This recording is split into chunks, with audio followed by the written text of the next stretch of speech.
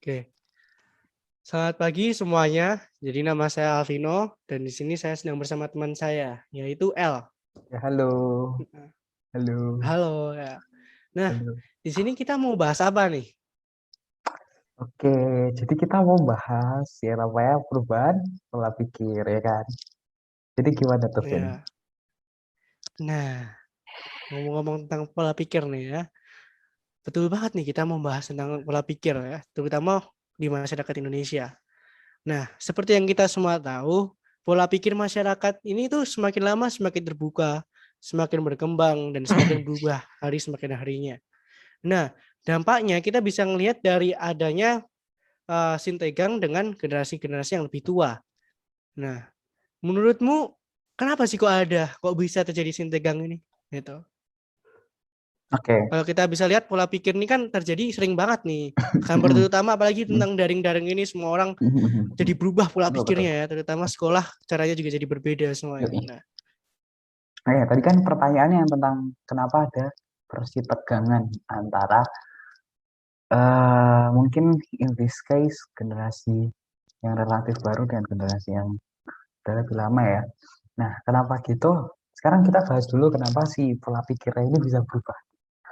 Nah, salah satu faktor yang menyebabkan adanya perubahan pola pikir itu adalah masuknya informasi dari luar yang sebelumnya tidak kita ketahui gitu. Nah, informasi yang kita dapatkan, informasi baru yang kita dapatkan ini akan membentuk suatu membentuk suatu pandangan baru terhadap dunia gitu. Nah, karena kita punya pandangan baru, makanya dari situ kita akan menciptakanlah yang namanya suatu pola pikir baru. Nah, oke, sekarang ke topik yang kenapa ada persitegangan gitu. Karena kenapa gitu? Karena gini, karena pola pikirnya kan udah berbeda dan penyebab pola pikir yang berbeda itu yang mendorong terjadinya friksi antara generasi gitu. Nah, kan gini, generasi yang baru kan lebih cenderung mencari sesuatu di luar gitu ya.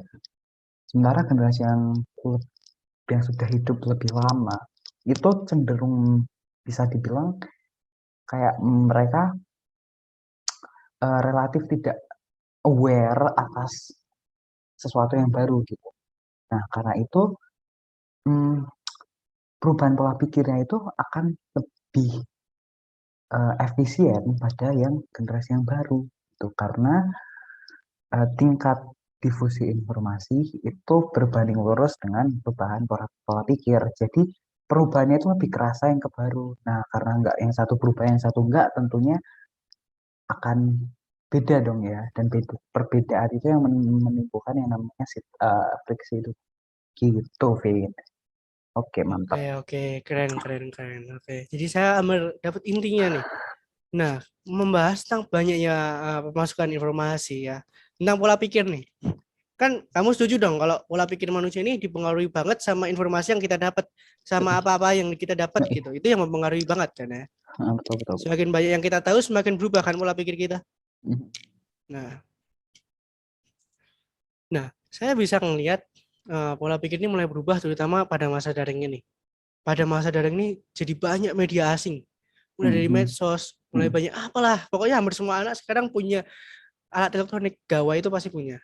Ya. Dan itu adalah sumber informasi paling gede menurut saya ya. Itu bisa mengubah banyak hal mulai dari pola pikir yang baik maupun yang buruk. Nah, membahas tentang pola pikir yang baik dan yang buruk. Nah, kalau menurutmu perubahan pola pikir ini baik atau enggak sih? Kan banyak nih orang juga yang ngomong kalau pola pikir ini bentuknya seperti globalisasi. Dan globalisasi itu juga menyebabkan hal-hal buruk seperti westernisasi dan hal-hal kayak budaya Indonesia. Terutama kalau kamu bahas tentang perubahan pola pikir yang semakin maju, maka kayak budaya yang lama akan tertinggal dong. Kayak gitu-gitu kan buruk kan, termasuk buruk gitu. Ya, tapi Nah, kalau menurutmu pandanganmu tuh gimana sekarang? Menurutmu baik sebenarnya apa enggak? sebenarnya in general itu perubahan pola pikir yang terjadi ini bisa dikatakan baik ya. Kenapa gitu? Sekarang gini, kita itu hidup di dunia yang dinamis, bukan dunia yang statis gitu. Jadi perubahan itu sangat diperlukan gitu. In this case perubahan pola pikir gitu. Nah, kenapa saya bilang baik? Karena perubahan pola pikir yang terjadi saat ini itu kan tadi sudah dibilang ya di awal tuh didasarkan atas yang namanya difusi informasi. Guys, ilmu pengetahuan gitu lah. Nah, pola pikirnya, perubahan pola pikir yang didasarkan atas ilmu pengetahuan itu akan mendorong orang-orang di mana pada kasus ini itu masyarakat Indonesia untuk berpikir lebih rasional. Nah, dari pemikiran yang lebih rasional itu akan mendorong terjadinya inovasi gitu. Nah, dengan ada inovasi kan ya at least kita bisa bersaing lah dengan negara lain gitu loh. Nggak cuma jadi negara yang statis gitu aja. Kalau kamu Oke, gimana oke. nih, Fit? Menurut kamu gitu? Ini kan kita udah mulai masuk lagi nih. Semakin banyak nih yang kita bicarakan mulai dari tadi difusi, ada sekarang inovasi. Nah, inovasi. Nah, inovasi ini kan bentuk sebuah kayak suatu hal yang kita temuin ya. Manusia kita nemuin hal baru, itu normal banget. Kita semakin hari kita akan berkembang, semakin banyak yang kita tahu, semakin banyak yang kita ciptakan demi kesejahteraan manusia kita sendiri. Nah, menurutmu inovasi ini akan selalu baik apa enggak? Kalau kita bisa lihat inovasi ini ada yang buruk loh. Mulai dari persenjataan, orang menemukan senjata seperti nuklir dan segala itu buruk kalau menurut saya. Tapi saya nggak tahu kalau ada sebenarnya ada hal baik sih, mestinya ada karena semua itu seimbang. Mau ada yang buruk, ada juga yang baik. Nah, pandangan saya yang baik ini kurang. Nah, kalau menurut kamu gimana? Coba, kamu bisa nggak ngasih tahu yang baik itu apa? Buat orang-orang yang dengerin juga mereka supaya Jadi tahu gini bahwa ya, inovasi itu gimana. inovasi ya. Sekarang gini, inovasi kan menciptakan suatu hal yang sebelumnya tidak kita ketahui. Gitu. Either menciptakan atau mengembangkan, ada dua. Ya kan? Nah, karena awalnya kita nggak ngerti ini itu apa, ya sebenarnya kita nggak bisa berasumsi gitu ya. Kalau kita kebanyakan asumsi kan ya bias gitu pemikiran kita ya karena kita nggak ada asumsi. Makanya proses dalam terjadi inovasi, in this case to riset itu sangat penting gitu. Karena tujuan dari riset adalah menemukan informasi yang sebelumnya tidak kita ketahui gitu loh, ya kan? Nah, jadi untuk di awal kita menentukan apakah inovasi hal yang baik atau hal yang buruk secara general tuh sebenarnya secara general inovasi adalah hal yang baik. Kenapa gitu? Karena proses terbentuknya inovasi ini menyikap kayak mengungkap informasi-informasi yang sebelum tidak kita ketahui gitu. Sehingga kalau adanya informasi, pemikiran kita akan lebih eh, rasional, tidak akan mengurangi bias pemikiran kita gitu. Terus kalau kamu bilang mungkin ada inovasi yang buruk gitu ya. Inovasi yang buruk itu contoh in this case mungkin kalau orang-orang sering bilang itu yang bom gitu ya, bom nuklir gitu. Tapi sekarang gini, kalau kita bilang bom nuklir adalah hal yang buruk itu sebenarnya ya emang nggak sepenuhnya salah sih, tapi kita lihat dulu tujuan awal dari diciptakannya itu si bom nuklir itu. Mungkin kita akan bahas si itunya Einstein ya, yang E sama dengan mc kuadrat gitu ya. Nah, E sama dengan mc kuadrat itu kan sering banget ya di apa kita bisa bilang dituduh sebagai pelaku utama terjadinya pengeboman Hiroshima dan Nagasaki gitu. Tapi padahal kalau kita lihat ya, E sama dengan mc kuadrat itu berhasil menjelaskan bahwa setiap materi yang memiliki massa, setiap materi yang memiliki massa itu bisa menghasilkan yang namanya energi gitu. Dan itu adalah hal yang sangat berpengaruh pada perkembangan dunia kita gitu. Jadi walaupun emang pada masa itu si nuklirnya itu apa digunakan untuk bisa dibilang menghancurkan ya, jadi bersifat destruktif. Tapi kita juga harus melihat gitu loh bahwa ada hal baik dari X sama dengan mc kuadrat. Oke, hal lain dari nuklir sebenarnya kita juga harus tahu. Sebenarnya si Einstein itu nggak mau menjatuhkan nuklir gitu. Jadi pas itu ya, itu kan kalau nggak salah presidennya Amerika pas itu tuh Roosevelt gitu. Nah jadi Roosevelt itu yang yang dia kayak menandatangani Manhattan Project gitu. Jadi ada Manhattan Project tuh yang pas untuk bikin itunya bom nuklir. Bikin Nah nuklir ya. tapi mm, tapi pas itu karena Einstein tuh dia orang yang kind of menolak perang karena dia kan Yahudi, pas itu Yahudi kayak Ya, zaman-zaman Holocaust dia gitu. dia Jadi kayak dia benar-benar gak mau ikut-ikut kan ya dia saat itu. Yahudi kan kayak waktu itu kayak bener-bener dibantai sama Nazi. Pengen netral lah, biasa aja nggak mau Ya, ikut-ikut. jadi dia sebenarnya udah nulis surat ke Roosevelt gitu bahwa apa dia nggak mau hasil karyanya apa bom yang dibuat dari hasil karyanya itu digunakan untuk menghancurkan Hiroshima sama Nagasaki. Tapi masalahnya masalahnya ya pas itu sayangnya si Rooseveltnya meninggal gitu. Terus diganti presiden. Saya lupa presidennya siapa. Ya, tapi diganti dan akhirnya nggak tersampaikan lah pesan itu dan akhirnya dibom tuh. Jadi sebenarnya gini, Ada intinya adalah miskom juga ya. jangan hanya melihat suatu hal tuh dari sisi baiknya, neither dari sisi baik atau sisi buruk gitu. Buruknya juga. Jangan hanya lihat sisi baiknya, jangan hanya lihat sisi buruknya. Kayak kita harus berusaha netral. Kayak walaupun in the end of the day kita nggak akan bisa netral gitu. Ya, jadi Iya, gitu iya. sih. Kalau kamu gimana, Vin? Misalnya itu, menurutmu Itu inovasi? bener banget sih, menurut gue sih. Iya, karena emang di semua permasalahan kayak gini-gini itu semua tuh ada baik dan yang juga ada yang buruk. Terutama baik dan buruk itu satu hal yang pasti itu cuma inovasi manusia juga loh. Itu benar dan baik itu yang bisa nentuin cuma manusia dan itu buatan manusia. Kita yang bikin ini baik, ini buruk dan itu belum tentu benar. Belum tentu Ah, yang dibilang benar itu benar, belum tentu yang dibilang buruk itu pun buruk, ya kan? Juga termasuk. oh ya, satu Nah, lagi mungkin aku mau tambahin satu poin penting. Sebenarnya yang harus digarisbawahi di sini tuh dari penjelasan aku yang tadi ya, si ah, menurut saya bagian penting dari inovasi itu adalah proses riset ya.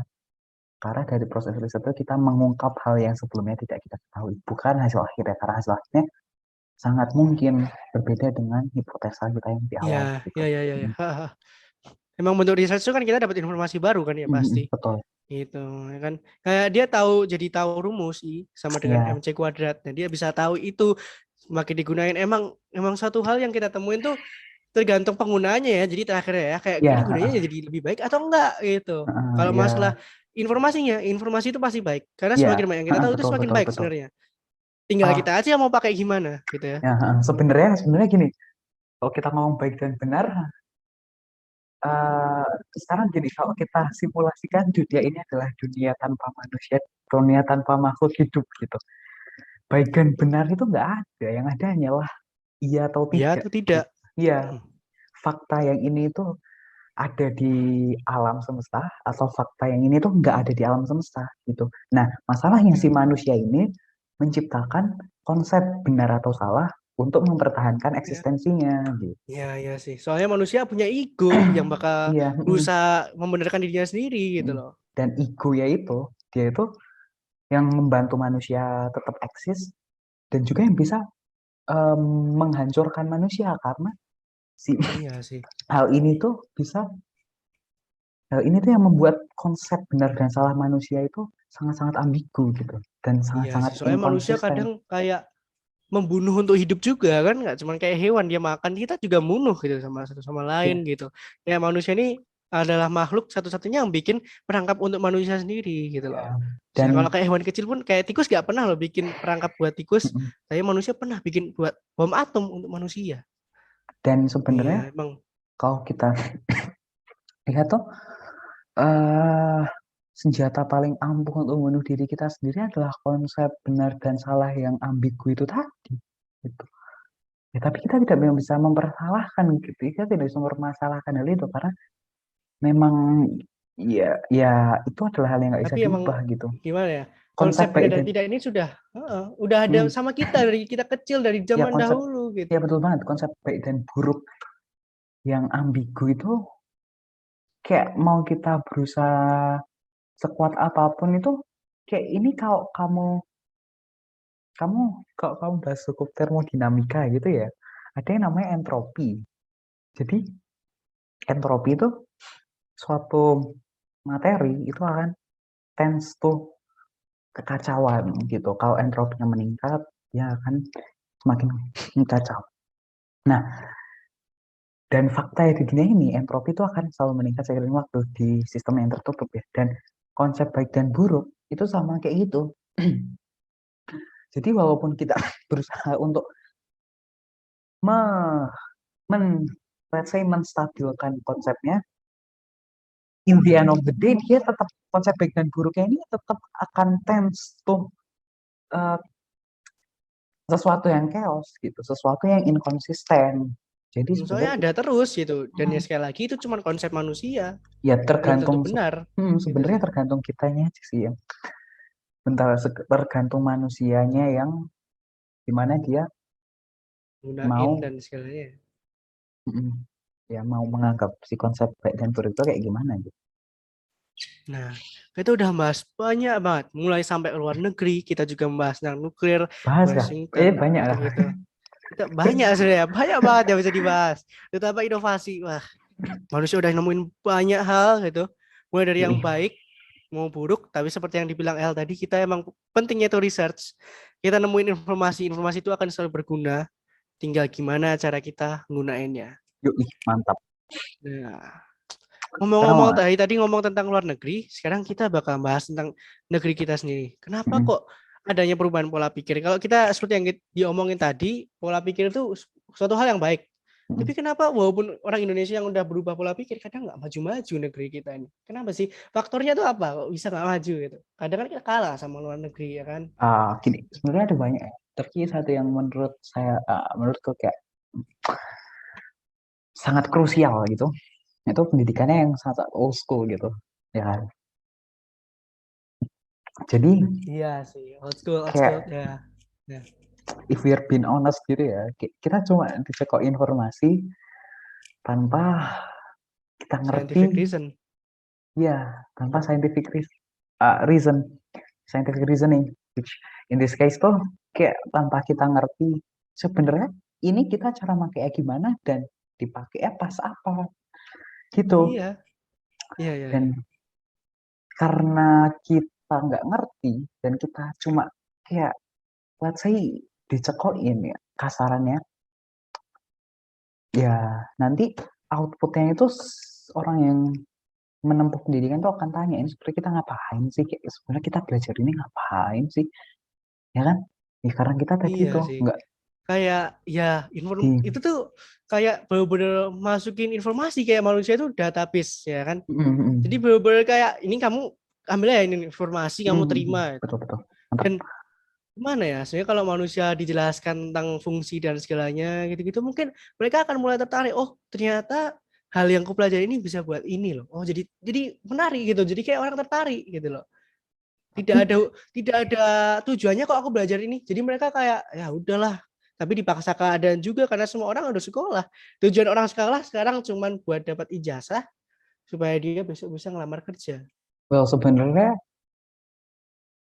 itu ya mirisnya bener sih, tapi sebenarnya hal lain yang menyebabkan itu terjadi kayak kita nggak bisa sepenuhnya menyalahkan masyarakat kalau mereka Iya. hanya menempuh pendidikan untuk validasi itu, ya kita nggak bisa nyalahin muridnya, Iya, soalnya juga emang bisa soalnya sih. yang corrupt itu kan kurikulumnya gitu, ya kan Iya, cara kurikulumnya kan pembelajarannya. didesain dengan sangat compact gitu, kayak isinya tuh padat banget gitu, jadi karena isinya yang Padat dengan padat, informasi gitu ya. ya dengan isinya yang padat kayak si murid itu akan tends to memorize rather than try to understand gitu loh, ya kan. Jadi mereka hanya berusaha untuk menghafal gitu. Untuk apa ya? Untuk mendapat validasi in this case itu nilai yang bagus gitu. Tapi apakah mereka dapat esensi dari ilmunya? Ya kita nggak ngerti. Mungkin beberapa Iya sih. dapat, tapi pasti ada juga yang nggak dapat gitu loh, ya kan? Iya. Ya masalahnya di situ. Bener-bener kayak dia gimana ya? Keluar dari sekolah yang ada di otaknya informasi doang. Dia nggak bisa mikir kayak wah aku udah dapet ini bakal aku gunain pas ini, akan aku gunain untuk ini. Gitu tuh. Kadang kita harus mikir sendiri kan. Ini tuh pembelajaran ini buat apa pada akhirnya. Dan sebenarnya ya Orang pun muridku kalau sebenarnya banyak yang tanya. kalau based on apa yang kita bicarakan tadi, si sekolah yang awalnya didesain untuk apa namanya, untuk mengakomodasi perubahan pola pikir itu dia malah blunder. Jadi instead of dia mengakomodasi, dia malah apa namanya, menghambat gitu ya kan. Ya karena itu tadi, karena sekolah sekarang untuk cari validasi gitu kan. Mostly, kita bilang mostly gitu ya. Bukan, Iya, kita nggak bisa mengeneralisasikan, tapi kayak mostly gitu. hampir semua itu. Jadi gitu. Maksudnya emang prihatin sih kalau emang kita tahu lah, maksudnya pembelajaran di sekolah tuh kayak gimana. Kita juga pernah sekolah, kita juga masih murid bahkan ya sekarang. Ya, Kita tahu betul rasanya banget. kayak gitu ya. Ya, kita tahu banget rasanya kayak, terutama kita udah mulai tahu ya. Jadi kita membahas tentang podcast ini juga mesti Yuk, juga punya scientific betul reasoning banget. gitu. Nah, tapi kan emang benar-benar banyak banget ya. Sekarang aku tanya deh buat El. Kamu seneng nggak sekolah? Oke, sekarang ini pertanyaan bagus ya. To be fair, saya senang belajar. Karena Belajar kalau itu saya hal lihat yang Anda suka mencari informasi dan sekolah itu menyediakan informasi yang sungguh banyak. Dan kayak yang kamu bilang ya, kan emang beberapa orang ada yang pingin informasi, tapi walaupun dia belum tahu ini gunanya apa, yang penting kan informasi dulu. to be fair kalau kita itu belajar in general dan spesifik sekolah itu hal yang menyenangkan gitu, ya Maksudnya kan? bagus untuk orang yang nemuin ini tuh, Jadi menariknya di mana, nggak apa-apa. Kalau kita yang nggak bisa nemuin gimana? sebenarnya gini, kamu bisa menemukan keindahan dari proses menyerap informasi itu adalah saat kamu berhasil menemukan korelasi antara satu informasi dan informasi yang lain. Jadi kamu akan membuat diagram gitu di otak bahwa sebenarnya indirectly ini tuh berhubungan dengan ini gitu. Ini berhubungan dengan ini berhubungan dengan ini gitu. Nah, tapi masalahnya kayak di sekolah sekarang kita itu nggak punya waktu yang banyak untuk melakukan itu. Kenapa gitu? Karena gini, kurikulum yang terlalu kompleks, isinya yang terlalu padat, ya kan? Isinya terlalu padat itu akan berbanding lurus dengan jumlah pekerjaan yang semakin banyak pula yang harus dikerjakan oleh si murid dan guru in this case gitu ya. Nah, karena itu muridnya dia nggak punya waktu untuk mencari koneksi antar informasi, yang waktunya itu malah dibuat untuk menyelesaikan tugas gitu, dan gurunya tidak punya waktu untuk menambah informasi yang relevan gitu. Karena apa? Ya karena mereka harus nilai. Guru sekarang bahkan harus melakukan administrasi, which is sebenarnya itu nggak perlu dilakukan untuk guru. Guru sebenarnya menurut saya guru harus hanya fokus untuk mengajarkan itu loh. Guru hanya, menurut saya guru, dua tugas guru itu adalah mengerti muridnya dan menyampaikan apa yang dia mengerti ke muridnya gitu. Nah itu guru yang ideal menurut saya, dan mereka nggak usah dibebani dengan tugas-tugas administrasi itulah. Ya memang susah sih, tapi kayak ya Ya itulah emang solusi sih idealnya ya ya, gitu. Dan balik lagi memang sih, nggak bisa selalu bagus dan mungkin perfect kalau sih yang kita mau. mau aku tambahin ya, eh, kan tadi kita bahas tugas yang banyak, eh, Ya bahas akibat tentang dari itu ya kurikulum yang terlalu padat gitu ya. karena padat dan kompleks dan segalanya. Well, Emang kalau emang jujur emang banyak banget yang harus dimasukin ke murid gitu, yang bahkan murid nggak bisa oh, nerima dulu gitu. Belum ada sempat buat memahami dan menemukan titik di mana dia, kenapa kok aku belajar ini tuh, dia belum sempat, tapi informasi terus dicekokkan ke dalam dia nggak kuat gitu. dan Jadi kayak kalau kamu apain aja informasi, udah itu doang gitu. Jadi bentuknya pemikirannya cuma ada informasi doang, tapi nggak tahu nih gunanya apa. betul. Nah, dari apa yang kamu bilang, yang informasi kebanyakan, tugas kebanyakan lah, itu sebenarnya bisa mengaruhi dua hal ya. Yang pertama gini, ini kita bahas dari sisi itu dulu deh. Pemikiran apa, kayak cara dia memproses informasi. Nah, kalau informasi kebanyakan, tugas kebanyakan, itu akan menyebabkan yang namanya murid akan kehilangan independensi berpikir gitu. Kenapa gitu? Ya karena gini, sekarang balik lagi ke tujuan awal mostly orang sekolah adalah untuk mencari validasi, ya kan? Ya. Dimana mencari validasi itu mirisnya orang mencari validasi gara-gara sekolahnya yang dibikin kayak gini gitu. Nah, karena tujuan awal dia mencari validasi, ya mau nggak mau dia harus mengikuti, Dipaksa gitu ya ya dia bentuknya mau nggak kayak. mau dia harus mengikuti apa yang diberikan, apa yang mintakan bukan bahasa bagus, ya diberikan gitulah Heeh. kepada dia gitu. Nah, dengan begitu dia akan secara tidak langsung menghilangkan independensi berpikirnya gitu. Sekarang gini, mereka ngerjain tugas. Nah, independensi berpikir itu bisa dilihat dari tugas yang beragam, dari output tugas yang beragam gitu. Walaupun tugasnya sama, tapi setiap murid akan memiliki output yang beragam. Kalau sekarang kita lihat, secara eksternal aja beragam, tapi esensinya itu tetap mereka sama aja gitu, tidak menonjolkan Iya. kayak Heeh. keunikan Jadi dari disamain semua ya bentuknya. Jadi uh, kita nggak ada independensi buat mikir suatu hal yang lain gitu. walaupun untuk nulis cerpen contoh ya, itu kayak nulis cerpen gitu ya, atau nulis cerpen gitu, mungkin ceritanya beda, tapi jarang sekali gitu yang apa esensi dari cerpennya itu beda. Kayak cerpen yang benar-benar unik itu akan jarang ditemukan. Sebenarnya Oke, bentar. itu Aku setuju banget sama ini sih. Ini berhubungan kena. Soalnya gini, emang sih kalau misalnya sekarang gini, mulai dari sekarang kalau memang ada guru ngasih tugas nih, bikinlah cerpen. Temanya terserah, emang independensinya di situ. Temanya terserah, kamu mau bikin kayak gimana pun terserah. Tapi kan nggak semua anak pinter dalam bikin cerpen. Ada juga yang pengen baca cerpen, gitu loh. Coba bu guru ngasih tugasnya itu lebih ke arah kayak kamu bikinlah sesuatu atau ngelakuin sesuatu yang sesuai dengan cerpen ini gitu. Nanti uh, banyak yang lebih banyak yang unik kan. Ada yang tapi bacanya unik, ada juga yang ini karena sesuai dengan masalahnya apa yang dia inginkan gitu loh. masalahnya gini loh kan. Itu sebenarnya hal yang baik gitu ya. Tapi di sini kita nggak bisa menyalahkan guru sepenuhnya dengan Kayak kebebasan memilih rusaknya sih soalnya. independensi gitu. Tapi gini masalahnya karena balik lagi guru diminta untuk membuat proses administrasi which is in this case juga termasuk nilai.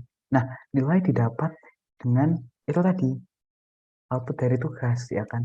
Kalau tugasnya beragam gitu, ya perbandingan antar murid itu nggak akan apple to apple gitu, ya kan? Iya sih. Jadi Karena nggak sesuai ya beda. penilaiannya ya. Mm-mm. Beda. Jadi susahnya itu sebenarnya di situ. Cuman Kalau jadi kayak dipaksa sama tau gak sih? ya Susah ya sebenarnya, emang ya. ya kita nggak Emang bisa nyalahin intinya kita nggak bisa nyalahin guru, kita kita nggak nggak bisa bisa nyalahin murid nyalain gitu. cara pembelajaran dan segalanya juga ya. Soalnya seperti yang kita bilang tadi, yang benar belum tentu benar, yang salah belum tentu salah juga. Dan bahkan kita nggak ngerti sebenarnya di posisi ini tuh Heeh, kita nggak bisa memahami sebenarnya siapa yang salah siapa yang benar gitu. yang benar gitu. Ya memang dunia ini sangat-sangat ambigu seperti yang saya lihat, saya katakan Iya. tadi. Jadi kayak emang gak ada hal yang absolut gitu ya. Tidak ada yang pasti. Ya, absolute truth is it even Kayak exist loh kecuali ya.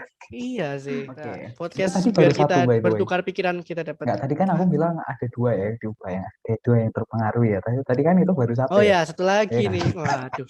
Nah, Aduh, betul. gimana sih?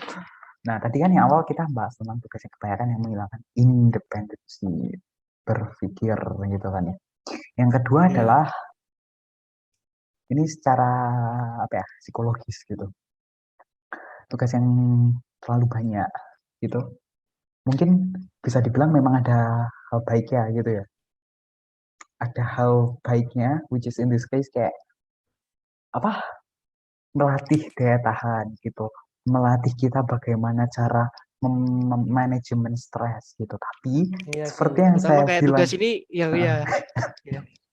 seperti yang kayak aku bilang di awal tadi ya, agar kita meminimalisir bias pemikiran, kita harus melihat suatu hal itu dari sisi buruk dan sisi baik ya. Nah, karena kita Baiknya. udah lihat tugas dari sisi baik ya, kita juga harus lihat tugas dari sisi buruk ya gitu. Itu yang jarang Nah, dilakukan jadi oleh guru sebenarnya. tapi Iya kan? tapi Sisi oke lanjutin dulu Vin, kamu mau ngomong apa?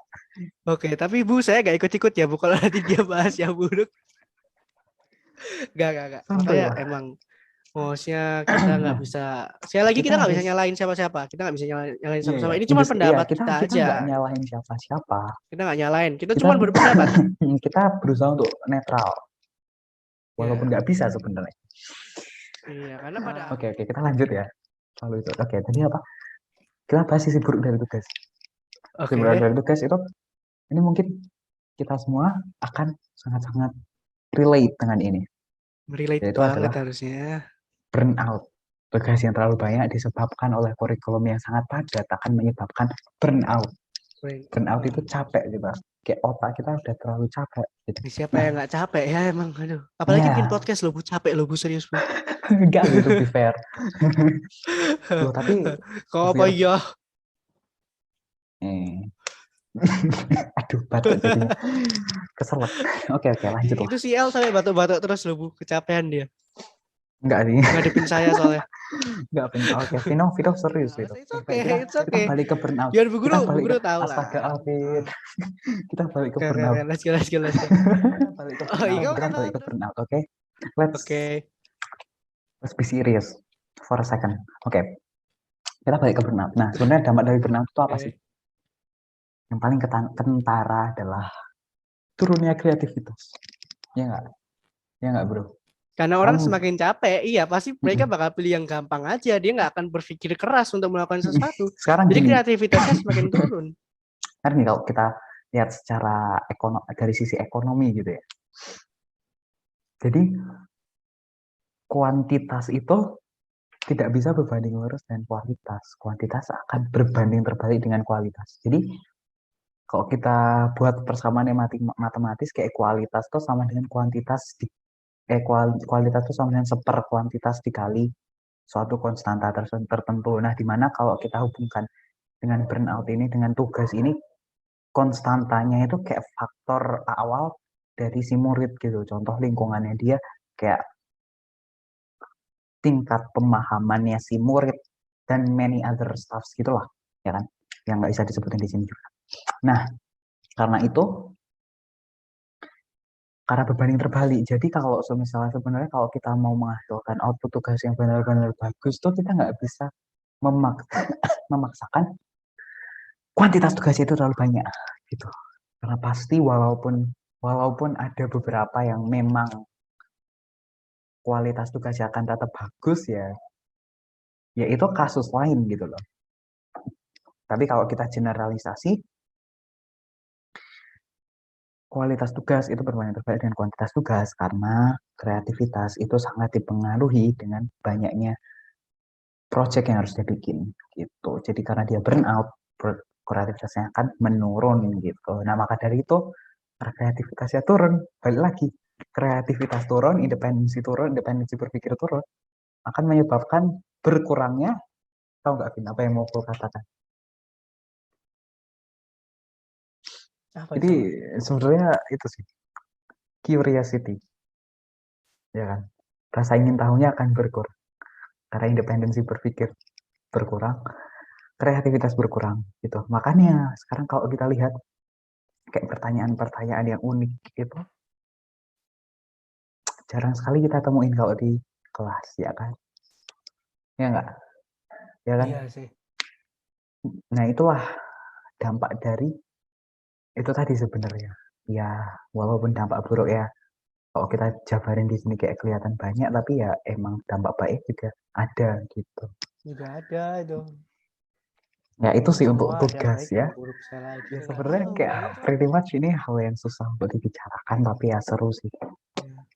Itu emang kalau yang namanya bertukar pikiran, melakukan pendapat itu emang nggak bisa netral, tapi kita harus berusaha netral. Ya in this case kayak diskusi prinsipnya harus sama kayak riset.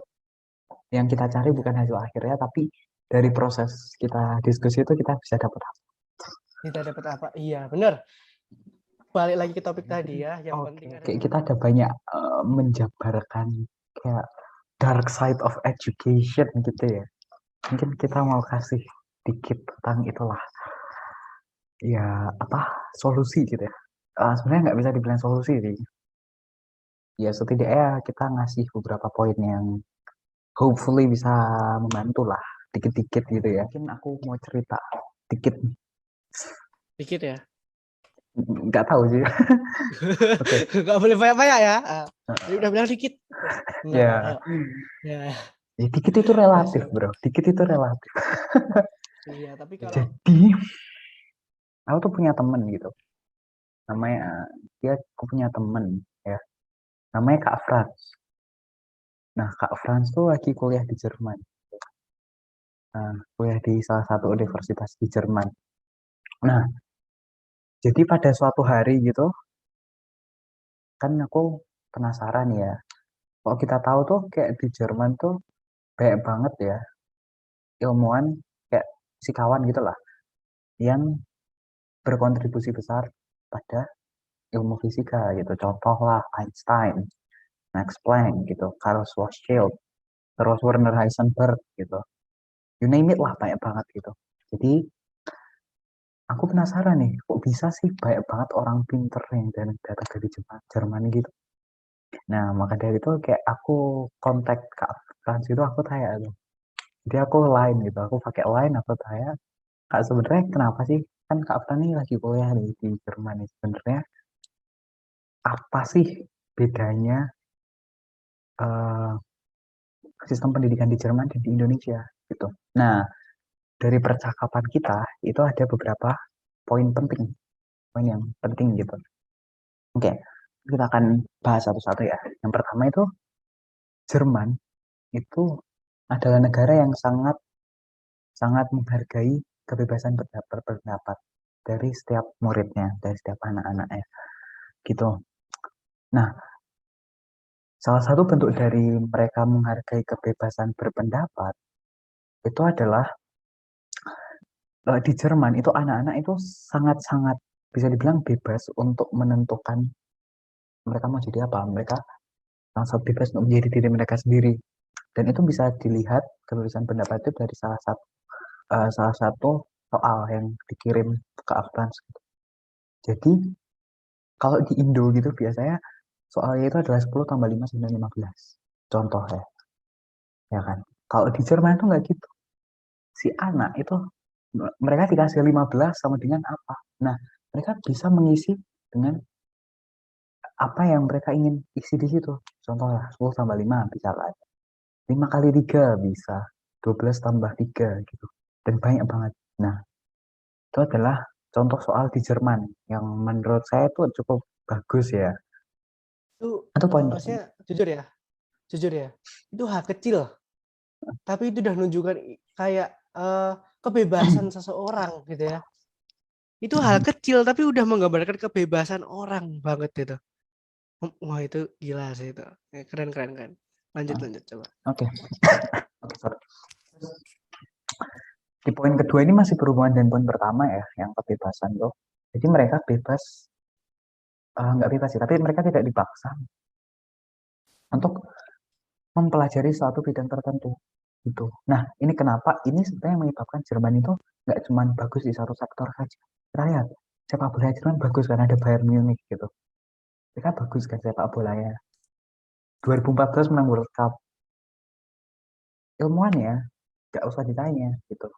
Bahkan kalau kita lihat ya, Fit, kamu cari Perdana Menteri Jerman yang sekarang itu kalau nggak salah dia adalah lulusan biokimia atau apa, kimia atau apa, kayak teknik kimia, either teknik kimia atau biokimia gitu. Nah itu karena di Jerman tuh mereka tidak dipaksa belajar suatu bidang tertentu dan mereka sangat menghargai yang namanya ilmu pengetahuan. Tuh. Makanya kenapa di berbagai sektor Jerman itu adalah negara yang sangat bagus, sangat maju gitu lah bisa dibilang. Oke, itu poin kedua. Poin ketiga adalah rapor. Kita akan bahas rapor. Nah, ini rapor ada dua ya. Pertama kita akan bahas rapor dari anak kelas 1 sampai 4 SD. Jadi anak kelas 1 sampai 4 SD di Jerman tuh mereka nggak pakai rapor sistem angka. apa sistem angka atau huruf ABCD, bukan gitu, tapi mereka lebih ke gurunya ngasih feedback si anak ini kayak gimana sih, si anak ini kayak gimana gitu. Nah itu rapor yang pertama. Dan yang kedua, gurunya itu juga ngasih sebenarnya anak ini bagusnya di apa gitu, memberi masukan ke orang tuanya. Jadi si guru memberi masukan ke orang tua tentang bakat anak mereka. Misalnya anak mereka emang bagus di sepak bola, ya nanti orang tuanya akan akan menuntun anak mereka untuk menjadi sepak bola karena emang akademisnya oleh Islam bagus gitu dan lain lainnya. Oke, kemudian poin ke berapa ya? Poin keempat. Oke, ini tentang ujian fisika dan matematika di universitas gitu. Nah, majority ujian fisika dan matematika di universitas di Jerman itu ujiannya bersifat open book. Jadi mereka boleh buka buku rumus gitu kan. Dan bahkan aku juga diceritain bahwa sebenarnya profesor di sana itu nggak benar-benar hafal rumus fisika gitu. Ya karena emang rumusnya itu bejibun gitu. Tapi walaupun mereka nggak hafal, kayak mereka tahu gimana cara derivate rumus itu dan gimana cara mengaplikasikan rumus itu gitu. Jadi mereka jadi kalau bawanya tuh kayak kalau di Jerman tuh profesor-profesornya tuh kayak mereka bawa buku tebal yang isinya rumus banyak. Nah biasanya kalau mereka mengerjakan suatu persoalan mereka buka-buka dari situ. Gitu. Nah dan yang ditekankan di sini adalah cara derivate-nya. Derivate itu menurunkannya. Di asal rumusnya itu dari mana? Bukan langsung kayak rumus ini kalau kerjain soal ini ngerjainnya gini gitu kayak gitu. Nah di dua yang bagus itu adalah pusat open book dan profesornya itu ngebolehin itu atau open book ya.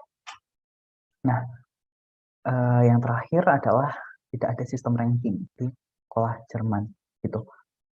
Nah ini nggak cuman ranking, jadi nggak ada sistem ranking. Ya mungkin di sekolah kita ada bagus lah ada sistem ranking gitu. Ya walaupun sistem ranking itu kalau kita lihat tuh untuk hasil secara matematisnya,